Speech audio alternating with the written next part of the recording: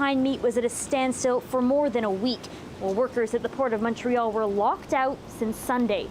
And costs are piling up. In the 9 days since the dispute began, the Greater Vancouver Board of Trade estimates more than $7 billion in trade has been disrupted.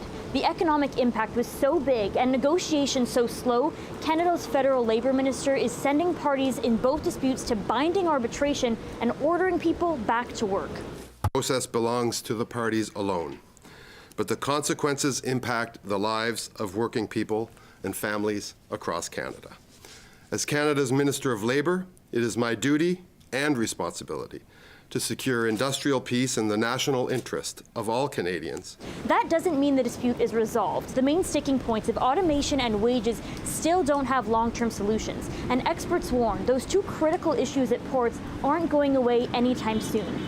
3 unions are now challenging the government's decision to intervene, saying they're undermining workers' rights. They're all entangled in these labour negotiations and strikes, and that somehow or other that has to change. And when you're looking at how do we get a solution now, well, there is no long-run solution that is going to be achieved tomorrow. Further complicating matters, a potential postal strike which would also affect shipping.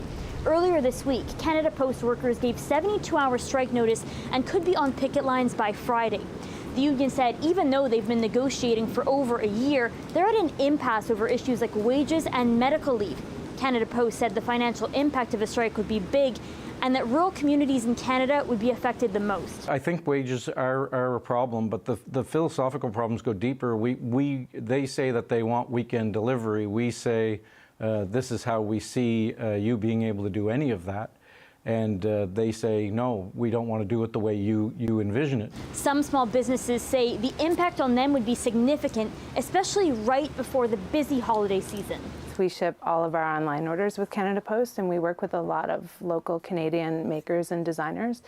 They send their products to us via Canada Post, so it would be delays, again, for the busiest season for us, holiday. Experts say these impacts come at a bad time because with the second Trump administration on the horizon, Canada needs to be seen as a reliable shipping and trading partner. But as long as the future of jobs and workers' wages aren't settled, there could be more disruptions in the future. Michelle Gassoub, CBC News, Vancouver. People living in a stretch of East Vancouver were woken up by a dramatic police scene. As Saurabh Sandhu reports, officers say it was part of a hate crimes investigation. Residents of an East Vancouver neighborhood were woken up to scenes of dramatic police action on Thursday morning involving an armored vehicle and officers in full tactical gear. So this morning I was woken up at 9 a.m. to a loud bang and what I thought was some yelling. And then when I looked out my window, my bedroom faces the back, I saw some police kind of wandering around. Neighbors say a window of this house was broken through by the police. Police say a search warrant was executed as part of a hate crime investigation. They say one person was arrested but did not confirm their identity. They say the person in question is being investigated under Section 319 of the Criminal Code, which deals with public incitement of hatred. CBC has been able to confirm the home is that of Charlotte Lynn Cates, a director of Samidoun Palestinian Prisoner Solidarity Network. Last month, the Canadian government designated Samidoun as a terrorist entity in a joint action with the US. Cates was arrested and released by VPD in May after a video of a rally was posted on social media showing her praising the Hamas attack on Israel and calling a number of terrorist organizations heroes. Police say the person arrested on Thursday was later released pending completion of the investigation. Saurabh Sandhu, CBC News, Vancouver. All 93 MLAs are now on the job after being sworn in this week. With the NDP's bare majority of 47 seats, the Premier will need to cooperate with some of the opposition to pass some legislation. But as Katie DeRosa explains, David Eby says he has limits on who he will work with. As NDP Premier David Eby prepares to swear in his cabinet Monday, he acknowledged his party has a slim majority and could require across-the-aisle cooperation to pass legislation. And so we're already in conversations with the Greens. Our hands are outstretched to any MLA that wants to work with us on these key priorities, with just one bright line exception. We will not tolerate hate, discrimination, conspiracy theory garbage. Eby has repeatedly said he will not work with Brent Chapman, the BC Conservative MLA for Surrey South. Chapman came under fire during the election campaign when old social media posts resurfaced, including a Facebook post where he called Palestinians inbred and another post that cast doubt on mass shootings in the United States and Quebec. BC Conservative leader John Rustad was incensed by Eby's moral line. To have the audacity to say that they will or will not work with somebody, I'm sorry, that is not his choice. That is not something that he has the authority to do. And quite frankly, he really should look at the mirror before he brings out some other kind of line in the sand. Former BC Green Party leader Andrew Weaver, who brokered the deal with the NDP to help them govern in 2017, says Eby's so-called bright line could get in the way of cross-party alliances that help the legislature function. It's really unfortunate that Mr. Eby is starting off his term by drawing lines in the sand and calling people out, when what he should be doing is erasing those lines and calling people in. The words are particularly troubling to me this week because of the tragedy of the passing of John Horgan. And I'm reminded of how would John have dealt with this? And I think he would have recognized that he doesn't agree with those views, but they are elected representatives that one needs to work with. The Premier's office made clear that no Conservative MLA will be denied meetings with ministers or blocked from all party committees. The NDP still have to select a speaker. Selecting one from the NDP ranks would bring their bare majority of 47 down to 46 when it comes to voting on legislation. That could create a tie if the two Green MLAs vote alongside the 44 Conservative MLAs. The speaker is able to break ties, but that power is used sparingly to maintain the speaker's neutrality. The BC Conservatives and the BC Greens have been reluctant to put their own MLAs up for the speaker's job. Katie DeRosa, CBC News, Victoria.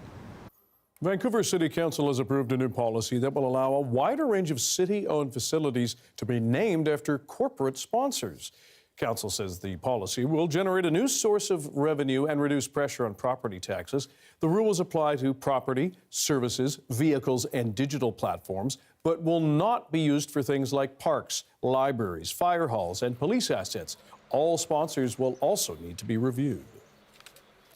Vancouver's Langara College says it is seeing a nosedive in international student enrollment because of the federal cap announced earlier this year. Langara has one of the highest proportions of international students in BC, making faculty worried about the impact of a decline. In terms of faculty, what it means is that we're looking at anywhere between 27 plus. In September, the equivalent of 27 faculty didn't have work. So if it's going to get worse for January, then it's also going to see that that could double or triple. It's difficult to know at this stage. In a statement, Langara College says it's developing a new strategic framework, which it says includes faculty, division meetings, and some town halls. The college says it plans to publish that framework in the spring. Well, the Broadway plan is back in the spotlight at Vancouver City Council this week. Some renters are concerned about the speed at which landlords and developers are moving. Grant Roberts rents a one-bedroom apartment on West 2nd Avenue and has been living there for 22 years. He spoke with Stephen Quinn on CBC Radio's The Early Edition about his concerns. You are supposed to get first dibs on coming back to new housing at the same price as the housing you have now. Is that correct? That is correct, yes. It's called first right of refusal, and you are to receive like for like. In other words, if you are in a one bedroom like I am, then you get a one bedroom in the new building. All right. And how much confidence do you have that that's actually going to happen? Well, we've been told it's going to happen. We've received literature to that effect, but also the Somerville Community Relations, which is supposed to be the liaison between the developer and the tenants, has given us some misinformation about this. So my confidence is quite low. A public meeting that began on Tuesday is reconvening Thursday evening, I should say. Council is hearing discussion on 3 proposals for high-rise towers in the low-density areas of Kitsilano and Mount Pleasant. A rogue BC acupuncturist has been found in contempt of court for ignoring a 2016 order against unauthorized practice. One of his clients filmed him in his practice using a hidden camera. It was part of the evidence in court. Benit Brage spoke with reporter Jason Proctor, who's been following the story. Who is this man? This is Wei Chong Chik. And so basically the body that regulates acupuncturists in BC has been trying to shut down his kind of home clinic and his unauthorized practice of acupuncture since 2016 when they went to court to get an injunction against him. You know, in the months after that, according to court records, you know, people complained, but neighbors, because he operates out of a $2.8 million home in Richmond, said activity kind of went down until last summer when they started to see all these kind of cars come up. And so the college that regulates this hired a private detective firm, and 9 people followed him. You can see him here, you know, as he sort of allegedly got up before dawn, drove to Lansdowne Mall and dumped plastic bags full of garbage that they said were acupuncture supplies in the garbages outside these big box stores. This previously had not worked in attempts to sort of shut him down because a previous judge back in 2019 had said they lacked direct patient evidence to say, okay, well, there is all this stuff, but what's to say you're actually doing acupuncture with it? So what has changed now, which has led to him being in contempt of court? Well, basically, this changed. This patient who you see here, according to an affidavit, went to his clinic. She said he put 2 needles in her back that kind of felt kind of weird, and he said he was doing this twisting the needles thing, and so she brought along a cell phone camera, stuck it in her pocket, and surreptitiously recorded herself being worked on by him, and the judge said, well, this is sort of direct evidence that he is engaged in the unauthorized practice of acupuncture, and so he's been found in contempt of court, and that could lead to a penalty between, you know, a fine and jail time, and that will be determined in the future. So still awaiting that, but thank you so much, Jason. Thank you.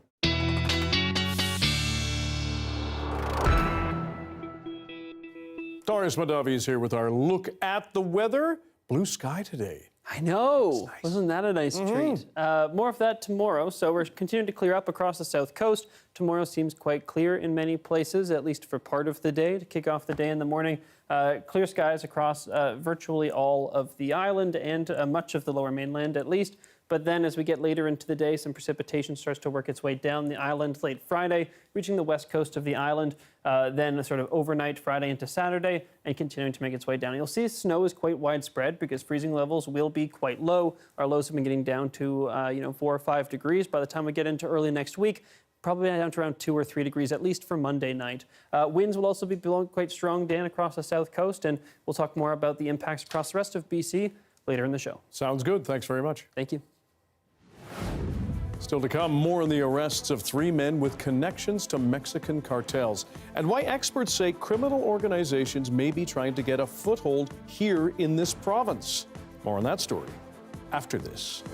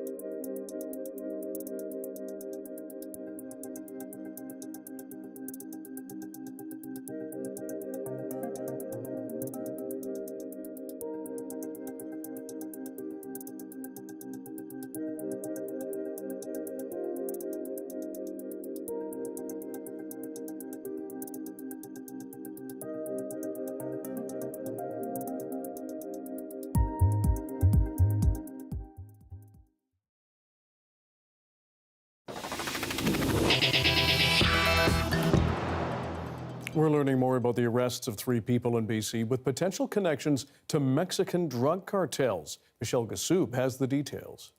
One is a Mexican national, and the other 2 men are Canadian citizens with connections to numerous local gangs in BC. RCMP announcing the arrests of 3 men with potential ties to Mexican cartels. They were arrested in September at a house in Surrey, fortified with compound fencing and steel gates. Inside the house, 23 guns, thousands of rounds of ammunition, and kilograms of illicit drugs. This criminal operation was planning large-scale distribution. This is a cocaine press, so this is what they use to make what they call bricks or birds. Police provided few details on the men's identities or who they might work for. I can't state exactly which drug cartel, as this is an ongoing investigation, but you can probably connect the dots. Sayed did say U.S. authorities arrested one of the group's leaders in July. American officials recently announced the July arrest of Ismael Zambado Garcia, a co-founder of the Sinaloa cartel, known as one of the most violent drug trafficking organizations in the world. The Lower Mainland operates almost like a criminal hub for drug trafficking. This journalist had to flee Mexico after investigating the cartels. He says Vancouver's geography and major port might be part of the reason Canada is increasingly seen as a potential base of operations. There's a well-known corridor from Vancouver all the way down to California and all the way down to Sinaloa, even lower Mexico to Manzanillo, which is one of the most important ports in Mexico. The arrests come on the heels of RCMP busting the largest drug superlab in Canadian history. At the time, RCMP said the site was being used to make methamphetamine using phenyl-2-propanol, something never before seen in Canada, but common among Mexican cartels. RCMP say the two aren't considered connected, and they're working to prevent cartels from getting a foothold here. The domino effect of this arrest inside the underworld in Vancouver, because usually when these kind of things happen, people die. RCMP say they're looking at beefing up security at ports to prevent violence from spilling over. Michelle Gassoub, CBC News, Vancouver. In a Fifth Estate investigation, we are hearing directly from 2 men who were arrested at the Convoy blockade in Coutts, Alberta, protesting pandemic restrictions and vaccine mandates. Stephen D'Souza now with the evidence, shedding new light on the case. When the elites win, we all lose, and we'll all be in a concentration camp then. Just like it was in Germany. This is the first time CBC can show you this video. That's Tony Olenek, arrested during the Coutts blockade in 2022. And Chris Carbert, 2 of the men accused at the time of conspiring to murder RCMP officers. I'm probably too deep down the rabbit hole, but it scares me. The Fifth Estate obtained evidence photos and viewed just some of the arsenal police seized, and viewed Tony Olenek's journal, where he wrote about a coming apocalypse. But it's the videos that really show how conspiracy theories and far-fetched scenarios fueled the men's actions. So then what happens is the UN comes, which is Chinese troops. And there is an imminent invasion of Chinese troops on Canadian and American soil. Throughout the case, the men's supporters called them political prisoners. As police alleged, they were armed for a shootout. I don't like Trudeau. Yeah, I don't like him. I'd like to see him hanged. Sure, that'd be perfect. He needs to be tried for treason. A jury found the men not guilty of conspiracy to murder police officers, but guilty of weapons possession and mischief. The men said they were only there to defend, not attack. You will not find anything that's planning on doing something. I can guarantee you that. This was treated as a standard series of street-level crime. Because of that, they've gotten away fairly lightly, in my opinion. This criminologist says the case is a wake-up call for police and the courts. This case provides a glimpse into our kind of a scary future for us, that if we don't get a handle of online self-radicalization and extremism, people's lives are at risk. We'll have more news for you after this. Stay with us.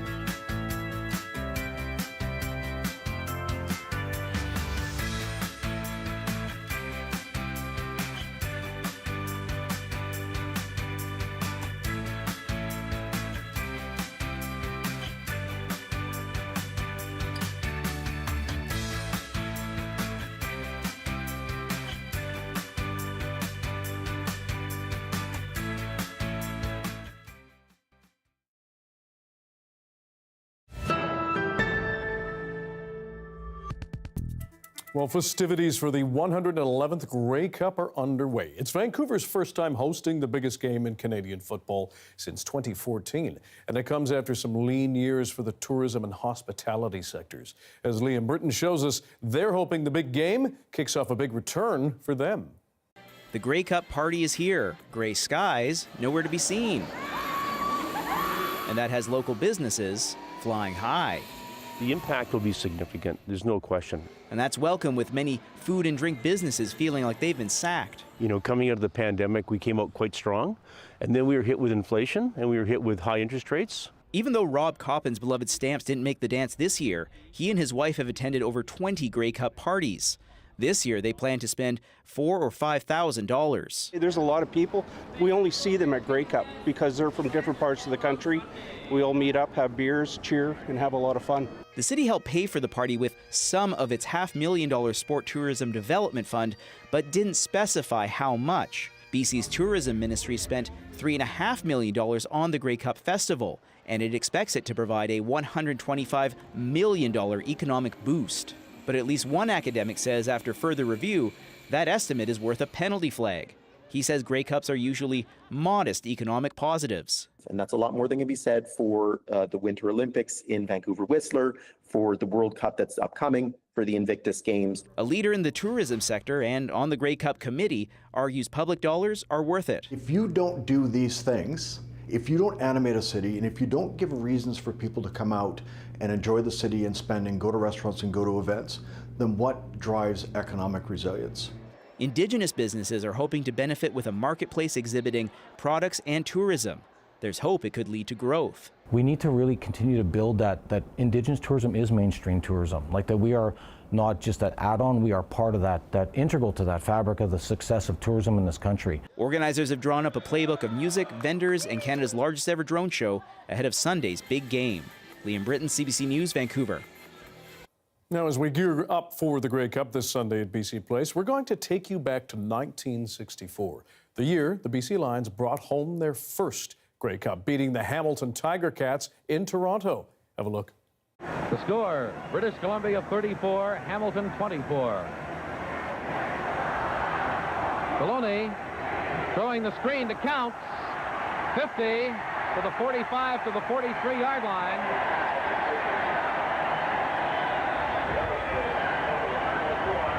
As Paul Dojak waves the signal and the gun sounds to end the 1964 Grey Cup game, the British Columbia Lions have won the Grey Cup for the first time. And on that Grey Cup winning BC Lions team in 1964 was number 41, Gary Schwartfigger, offensive center and defensive inside linebacker. And he joins us now.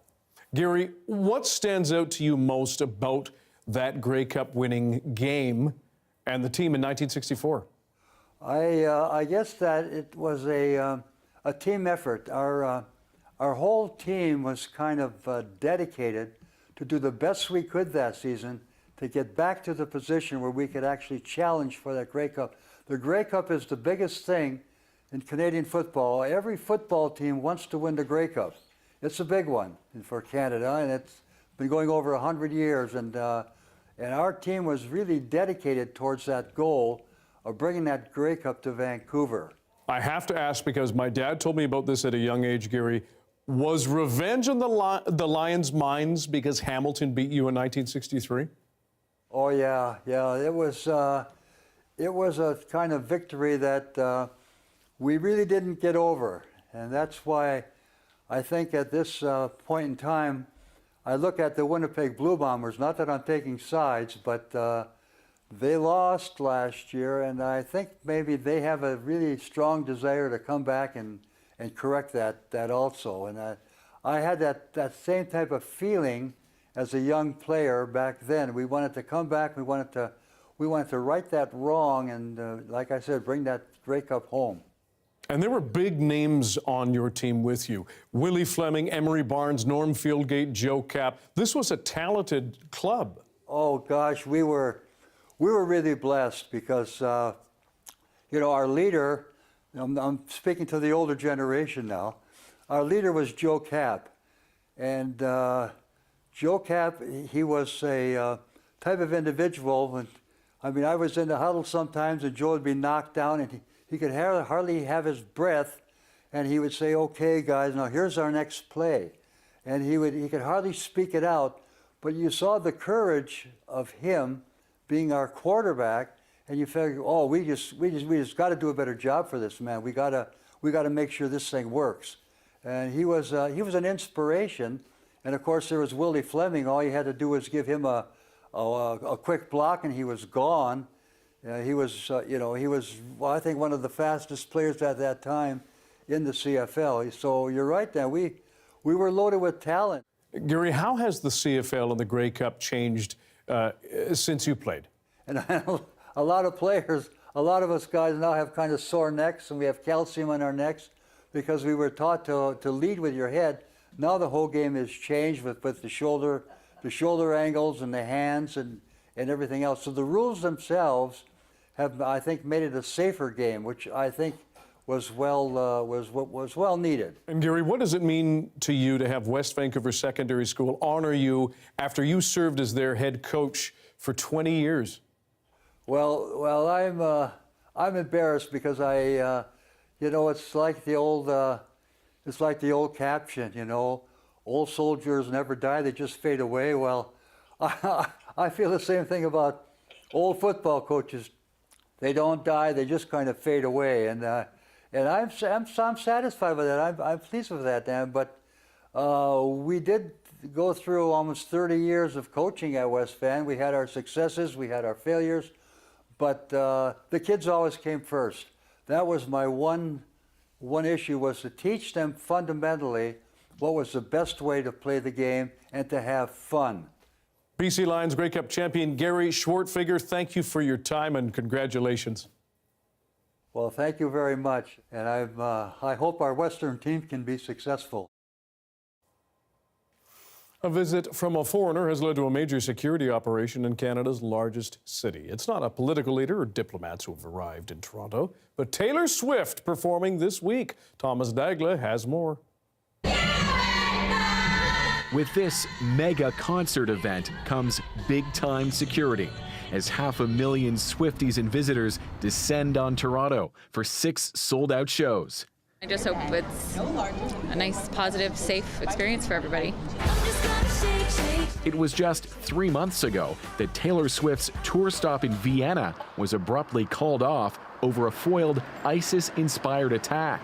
Wondering how that has shaped any planning for you. We are continuously monitoring any potential threats.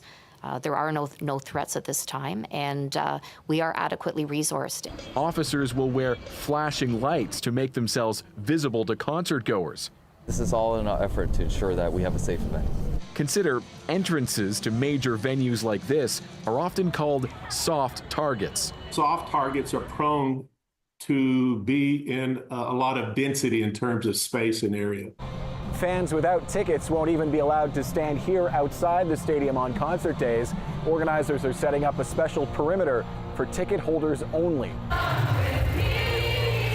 All in an effort to avoid Taylor-gating, when crowds sing along from outside. You have to make sure that they have a safe area to go to, and you're not going to increase the risks by keeping them away from the building.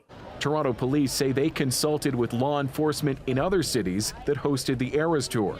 We had all hands on deck, and we had police covering every intersection. After deadly concert attacks in Manchester and Las Vegas in 2017, Swift told Elle magazine her biggest fear wasn't for herself. "I was completely terrified to go on tour," she said, "because I didn't know how we were going to keep 3 million fans safe." She's broken touring records since then and lands here next. Thomas Dagg, CBC News, Toronto. Still to come with the U.S. election, all but wrapped up. Some social media analysts say Elon Musk's social media platform X is losing a serious amount of users, including big brands and advertisers. More on that next.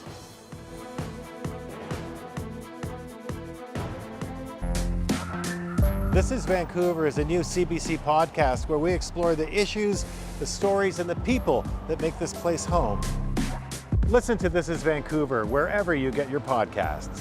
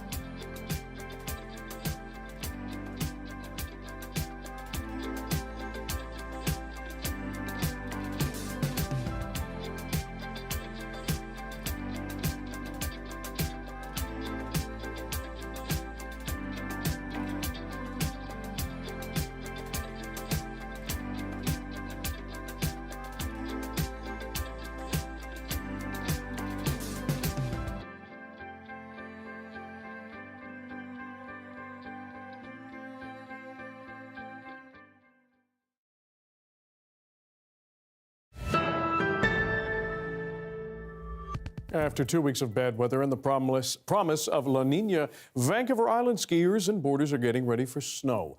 Avalanche Canada will start putting out reports next week. They spoke with Claire Palmer about what to expect on the island this season. Rain in Nanaimo, but snow in the Alpine. Winter is almost here, and with it, avalanche risks. These are the first snow layers that are building in the mountains, so these will be the layers that will potentially be avalanche layers later as we get more snow. Bueller says it's hard to predict what the season will bring, but these early days are crucial for building a solid snowpack for the winter to come, and says that avalanche forecasts are looking for dry and cold weather. One of the most important things that we're doing in our office right now is watching how the snowpack develops early season. And some of the things we're watching for are rain events. If it rains really high, that'll create weak layers that could be avalanche layers later in the season. We're also watching for extended periods of dry, cold weather, which can form weak layers. While there's not enough snow for skiers and sledders to have access just yet, hikers going out late in the season are being advised to be cautious, with some hiking trails snowbound already. Bueller says it's important for everyone getting outside to stay informed on avalanche safety, and now is the time to take an avalanche course. There are lots of hikers and other user groups like hunters who might be going out into the mountains right now and might not be thinking about avalanches. So it is important, if you're getting into places with deep snow, you should be thinking about avalanches. And that means bringing the proper safety equipment and knowing how to use it. Bueller says that Avalanche Canada is looking for user-generated reports in the meantime, saying that condition reports are great, but photos are the biggest help as they prepare for winter. Claire Palmer, CBC News, Nanaimo. And Darius Madavi is here with our BC-wide forecast. Another nice day, at least on the south coast. Bit of a contrast. Yes, I'd say so. A little bit unsettled in the interior, but also, calming down for tomorrow, unless you're up in the far northwest when some precipitation is expected to arrive before eventually making its way further south. But in good news, as we just heard, we're hoping for some, a good buildup of snowpack at this time of the year, and it looks like that's what we're getting over the next few days. I'll also mention, in addition to, the snow reports and everything that you can get on Avalanche Canada's website, also a great just general weather forecast. So if you're ever in need of that, it's a good place to go. Now, in terms of that precipitation that we're seeing across the province, you can see here that moisture continuing to move further into Alberta, and we're starting to dry out across BC. Here in Vancouver, we've seen some showers over the last 2 hours or so, popping up in a few places, but still we're seeing it dry out even more as we head into tomorrow. Tomorrow, it looks like most places across the south coast are going to be quite dry. Most places across the Vancouver Island are already pretty dry and seeing a decent amount of sunshine as well. Parts of the central interior still seeing a few flurries and a few showers. We may see that continue in a few places like the southeast into tomorrow. But again, tomorrow is a bit of a calm before the storm, unless you're up in the northwest. There we can see that precipitation start to move in, continue then to work its way down through the province overnight Friday into Saturday, hitting parts of the island then as well, before reaching us in the lower mainland, probably late in the morning on Saturday, and also spreading a lot of snow to the interior. This is a pretty strong cold front. Temperatures are highs on Saturday, as we'll see in the interior, only going to be, even in the south, below 5 degrees Celsius. So a lot of snow coming down, especially in those overnight hours. Sunday temperatures start to rebound a little bit, but still cooler than we have been the last couple days. You can see, again, all that snow spreading and lasting for quite a while, even into Sunday. Monday looks a little bit more calm, but still unsettled. And here on the coast, quite chilly. Our low is going to be quite low Monday night into Tuesday, which we can see here. Not our lows, but our highs. You can see here, get ready for this drop into tomorrow in the southern interior and in the north as well, and then even further in the south as we get into Saturday. Up here, that cold front will have already passed through, so in the north, it starts to rebound a little bit there, and you can see on Sunday rebounding a little bit more in the southern interior. But again, a bit of a chilly one we're heading into. Still some unsettled conditions across BC, but very calm compared to what it has been like the last couple days. And in terms of a 5-day forecast, Dan, calm day tomorrow, some sunshine, before we start to head into back into our unsettled pattern. But probably late in the day Sunday, a little bit of sun again. Okay, just in time for Grey Cup. We'll take it. Thanks. Thank you. Well, a week of diplomacy begins tomorrow in South America, first with the Peru APEC summit, and then the G20 in Brazil. Justin Trudeau will attend both. For Joe Biden, it will be an international farewell. But as Evan Dyer reports, two concerns will still overshadow both events: China and Donald Trump.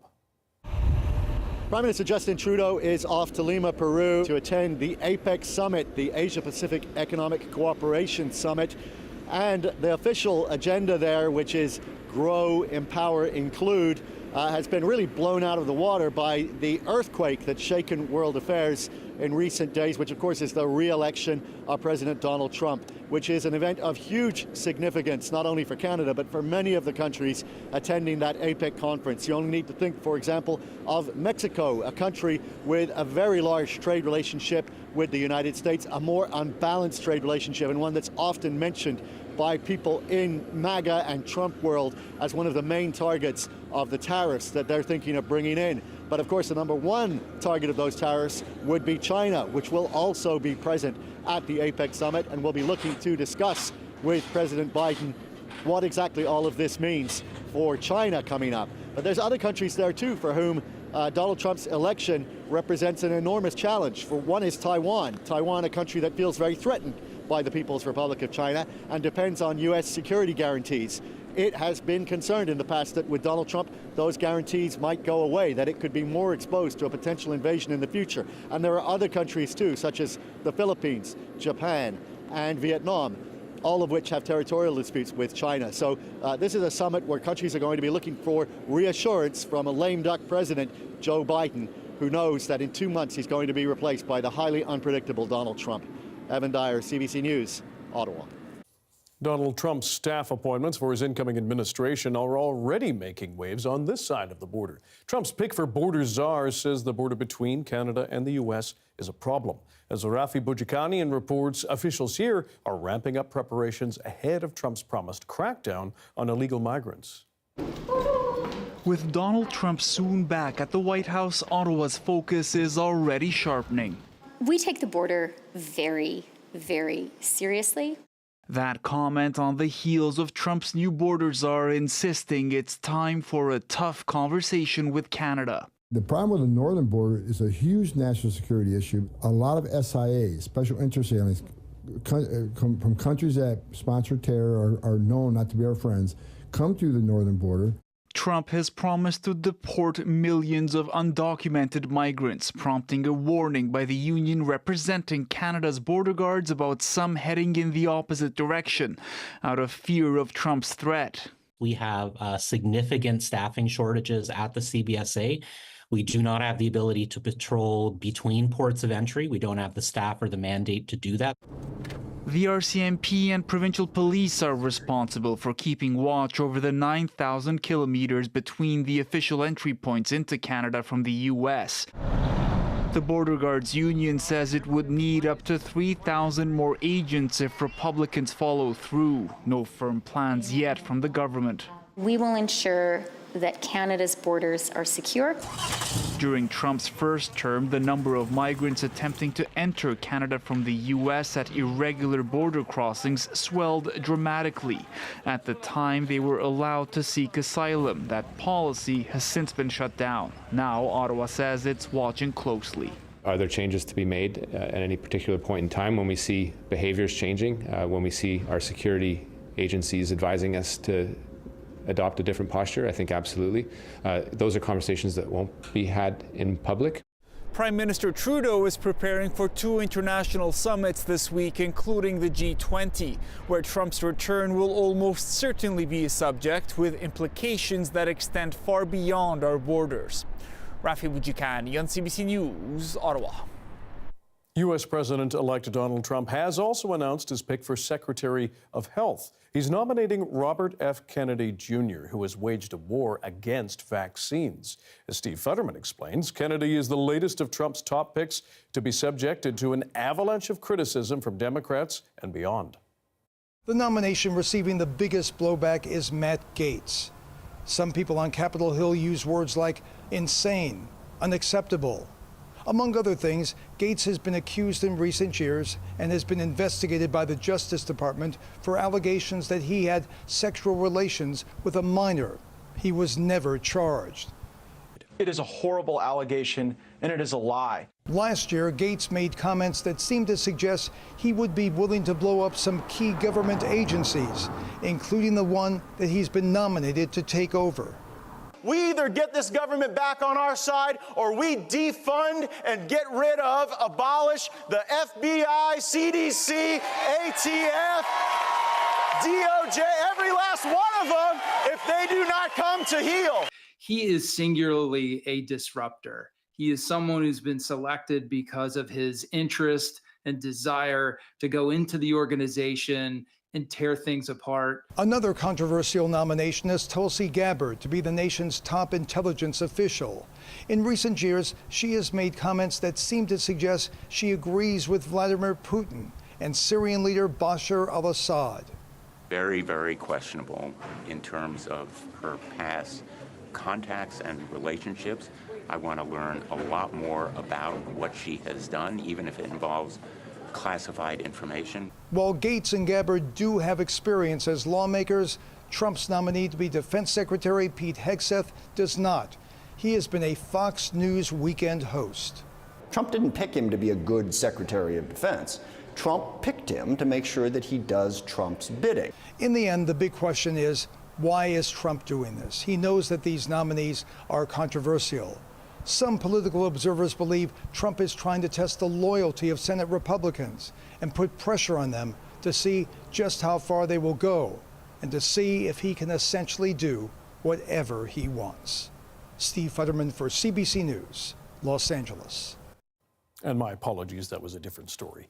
Social media platform X is losing users in the wake of the U.S. election and high-profile owner Elon Musk's support for Donald Trump. So since Musk bought the social platform, once known as Twitter, he's been accused of following misleading and inflammatory, or allowing misleading and inflammatory material on it. That's prompted many users to leave. On the day after the election alone, 115,000 users in the U.S. deactivated their accounts. Among those abandoning X are 50 top advertisers, including Disney, Apple, IBM, and Paramount. Rival Blue Sky has been the main beneficiary. Now, if you found yourself scrolling aimlessly on TikTok and other platforms into the wee hours of the night, stick around. After the break, we're going to hear from a local professor on how to regulate your social media use and reap some benefits. Stick around.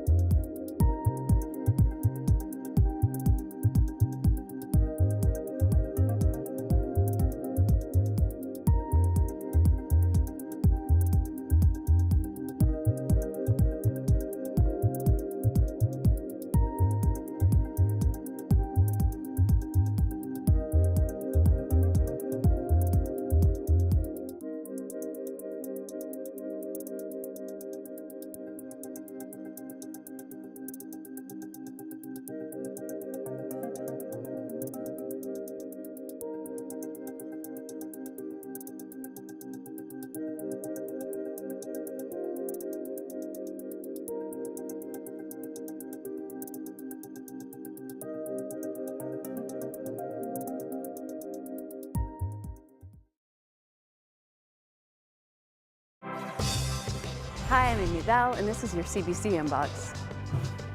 Save the date and join us on Friday, December 6th at CBC's Make the Season Kind in support of food banks in British Columbia.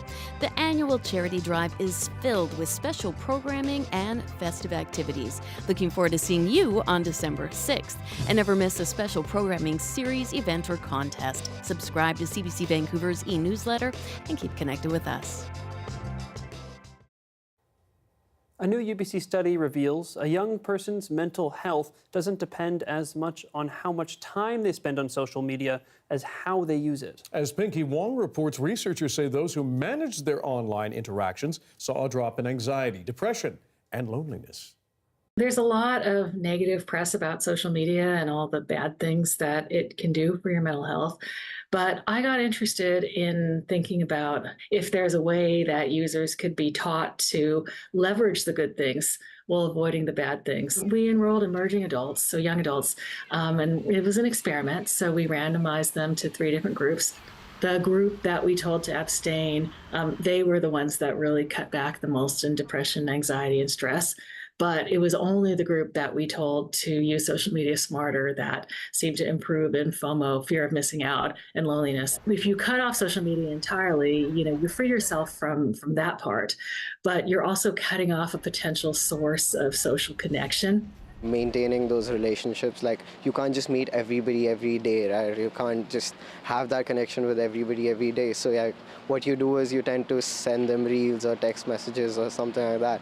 I know that it is a concern. Like if I'm on social media too much, then I do notice that I'm like less motivated, and maybe it has to do with like the dopamine brain, everything like that. And I do think that it's a source of negative like self-body image and all of that insecurity stuff. A lot of people say that they just pick up their phone to check because it feels like a reflex, a habit. They don't even know why they're checking. Let's say on TikTok, you just send like funny videos, and it's just like, haha, like relatable. You keep it light and positive and fun. Think about and pay attention to how the content you're seeing is making you feel. So if you are looking at a lot of content that's making you feel bad about yourself or giving you more anxiety or stress or worries, then notice that, and maybe those are people or content that you should think about unfollowing. By contrast, think about content or people that you're engaging with that bring you joy, genuine social connections with people who you actually care about and they care about you, and you want to be in touch with them and hear more about their life. As you know, Dan, I don't use social media very much, but I can't get rid of it entirely. I'll miss all the reels you post of us being silly. It's true. Yeah. We're quite entertaining. Thanks for being with us tonight on CBC Vancouver News at 6. You can watch this newscast on CBC Gem, as well as on YouTube and our website, cbc.ca/BC. And we'll have your next local news at 11 o'clock, right after the National. Good night.